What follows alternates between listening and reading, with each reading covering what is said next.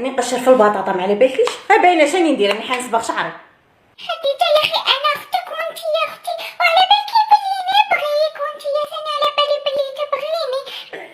معليش تصبغي لي شعري غير شويه منا وشويه منها. 3 ايام انت صغيره كي تكبري ان شاء الله انا نصبغ لك شعرك. صح معليش. اسمعي قالت لك ماما روحي نستحقك، اما انا ما بغيتيش تصبغي لي. كنت تشوفي شكون هي ساره. نصبغوا روحي وصاي. وكي تقول لي شنقول لها؟ واش انا ما شفتوش دوك ندير الفولاره؟ انا ما تبغيش تصبغي لي. A few moments later. يا جماعه راكم والدين نوريكم الشهاده.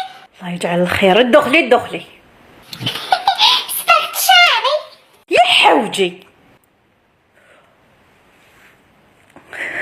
شتاوذه. انا بالي عجبكم الستايل الجديد تاعي. على عجبتي بشعرك بنتي كلاب؟ شكون اللي طلع لك شعرك بالحنه؟ راك تشوفي يا خديجه، كتشوفي راني نشوف في التبهدايل. ما تقوليش هكا يخرج شعري تيني. ها هو انا نغسلها. هاك تشوفي خديمه كون وصلونا خديجه.